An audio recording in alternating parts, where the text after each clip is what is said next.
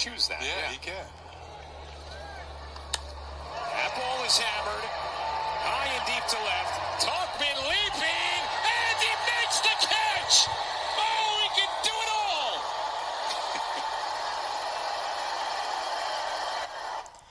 And that, of course, was just one highlight for Mr. Mike Talkman last night of the New York Yankees, as he also hit a home run, which was just one of 6 home runs the Yankees hit last night as they beat the Baltimore Orioles yet again by a score of 9-4, and the Yankees also now move to a 10-0 record when they use an opener for the season. As Jonathan Holder opened last night, allowing 2 runs in 2.2 innings pitched. But beyond that, the Yankees played another great game against the Baltimore Orioles last night, and I get it. The Orioles are going to be a historically terrible team again, as they already have been all season long. But any way you look at it, it's another solid win for the Yankees as they move to a season-high 35 games over 500 for the season. And it's also their 7th straight win in a row as they improve to 6-0 in the month of August thus far. Good afternoon, everyone. This is your host, Tim Sullivan. We are on episode 10 of the Quadruple Play podcast, and it is August 7th, 2019, and this goes for any day in the day of sports, but as always, we have a lot to talk about, a lot to cover today, and of course we're going to start with the New York Yankees, and now, for once, for the first time since May, the Mets are worth talking about, and we have more on the situation with the New York Giants and the Dallas Cowboys as well, and their Ezekiel Elliott holdout situation, and their offers made to their triplets in Dak Prescott, Ezekiel Elliott, as aforementioned, and Amari Cooper. We will get to all of that and then some, but I want to first finish off on my tidbits for the Yankees. As we mentioned earlier, they won 7 in a row and beat the Orioles last night, and tonight James Paxton will start, looking to build off of his previous start against the Red Sox, in which he was in shutdown mode again, as he allowed just 2 earned runs over the course of 6 innings, only 2 hits, and one of those was, of course, a home run, and struck out 6 and walked 3. And he threw 60 of 100 pitches for strikes. And that's the kind of James Paxton that we want to see, and we hope to see that tonight. And Paxton has been okay against the Orioles this year, hasn't been great. On the year, he's 1-1 against the Baltimore Orioles with a 4.09 ERA. He's allowed 1 home run, he's walked 3, he has struck out 14 in just those 2 games, and his strikeout to walk ratio against them this year is 4.67 to 1. So he's put up okay numbers against the Orioles, not particularly great this year. And granted that Paxton has not pitched against the Orioles since April 4th. So it's been 4 months since he's pitched against them. So we'll see what happens tonight. And you figure maybe Trey Mancini will give him a bit of trouble, but that's about it. And we also have the latest on the injury list for the Yankees here, and it's an infinitely long, ever-expanding injury list. But the fact that the Yankees are 35 games over 500, the fact that they are currently entrenched in first place in the AL East, and have been for some time now, and the fact that they remain so, 9 games up on Tampa Bay and 15.5 games up on the Boston Red Sox, and obviously the fact that they currently own the best record, or winning percentage-wise, are tied with the LA Dodgers for the best record in all of baseball, win percentage-wise. And they do remain slightly up in the Houston Astros for the best record in the AL. The Astros are 74-40, and the Yankees are 74-39. So, win percentage-wise, the Yankees have a tidbit of a lead on the Astros that we hope they will not relinquish as the playoffs approach. But with more on the injuries, Gleyber Torres got hurt last night.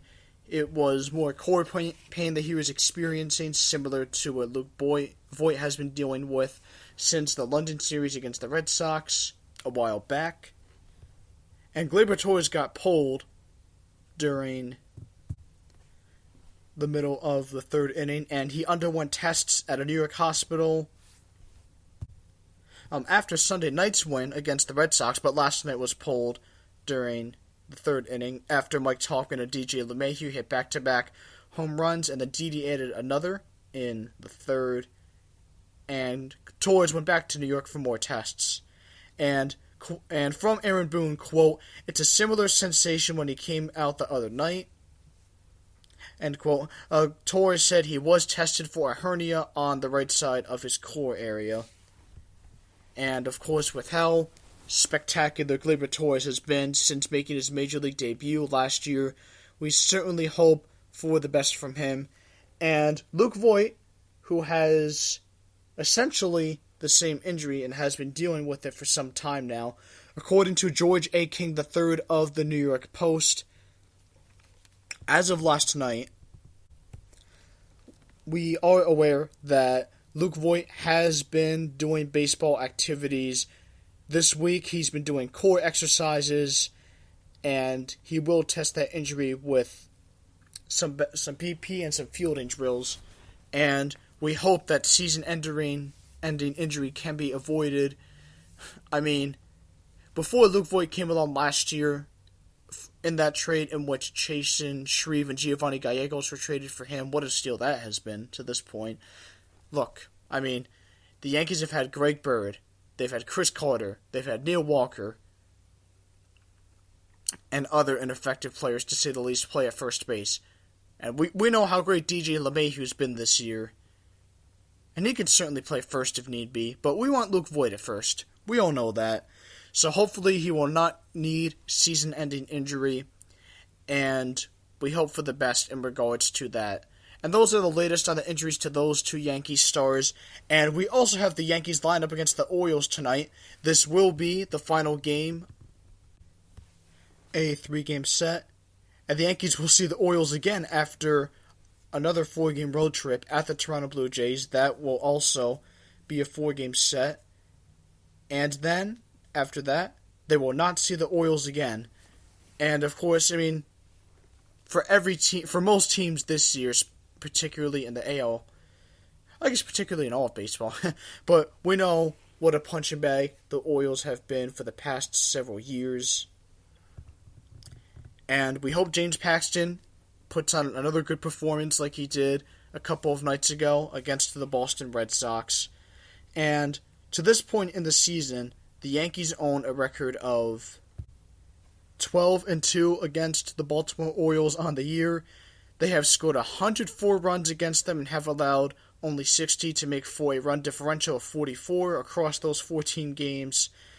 And they are 9-0 in Baltimore on the season, and we know the kinds of records they've broken against Baltimore.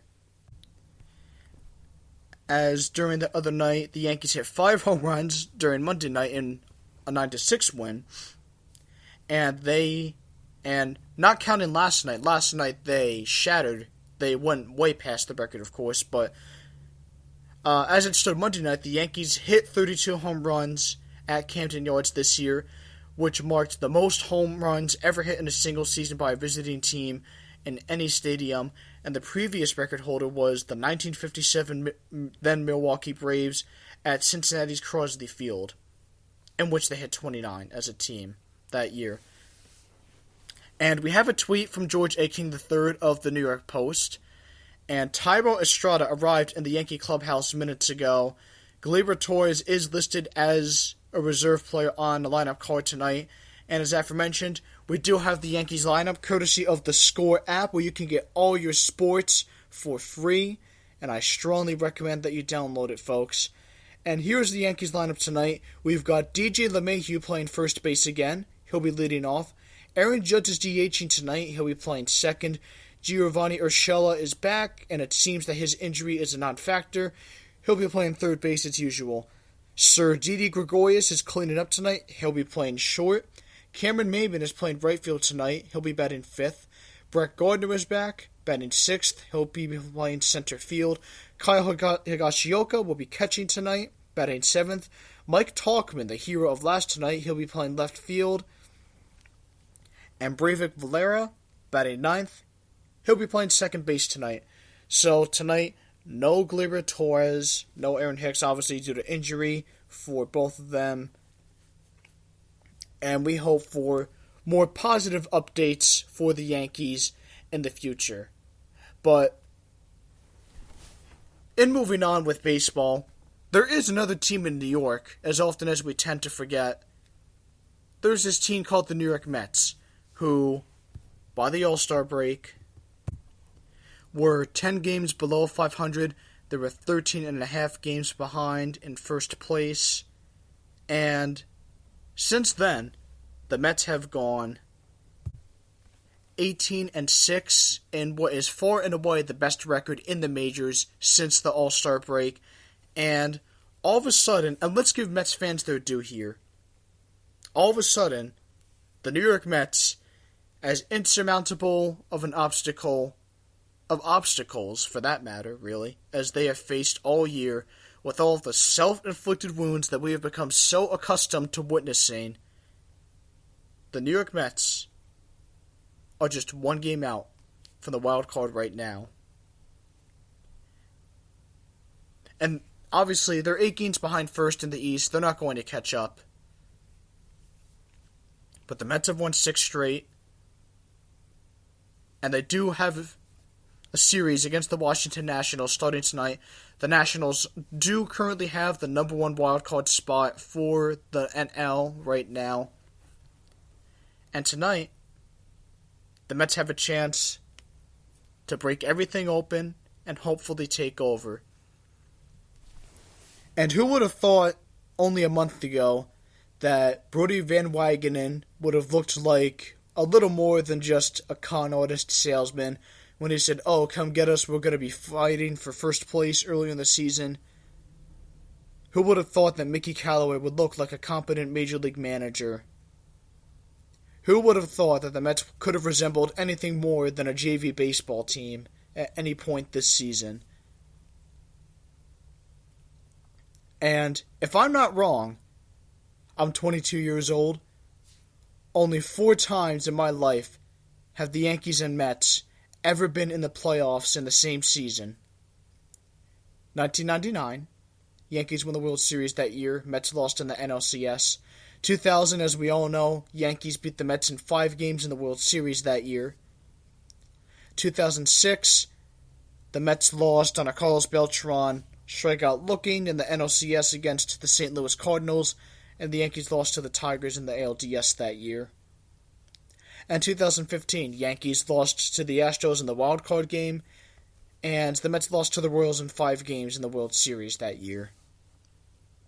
So it doesn't happen often when the Yankees and Mets are in the same postseason, but that has a chance to happen again this year. And what a treat would that be? How great would it be for baseball, for both teams in its biggest market, the biggest market in the country, to be competing for the Commissioner's Trophy?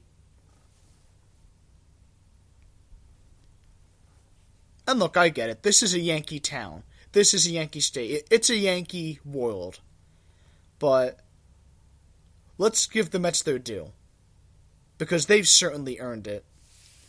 And I'm not a Yankee fan who despises the Mets or anything like that. I don't. The Mets will always have an inferiority complex compared to the Yankees. I can't hate the Mets. You know, they are the Cubs of New York. They are the lovable losers of New York. But I don't even mean to say that sardonically at all. Met fans deserve their due. I mean, I don't know how some of them can stick with the team for all the hardships and turmoil they've been with. But then there are teams that have had far worse droughts and spells than the Mets. And everyone wants to talk about how great of a season Jeff McNeil and Pete Alonso have had, and give them their due too. They're both reasons why the Mets are in the position they're currently at right now, where they can have a chance to possibly compete in October. But we have to talk about the rebound season that Michael Conforto has had. Last year, Michael Conforto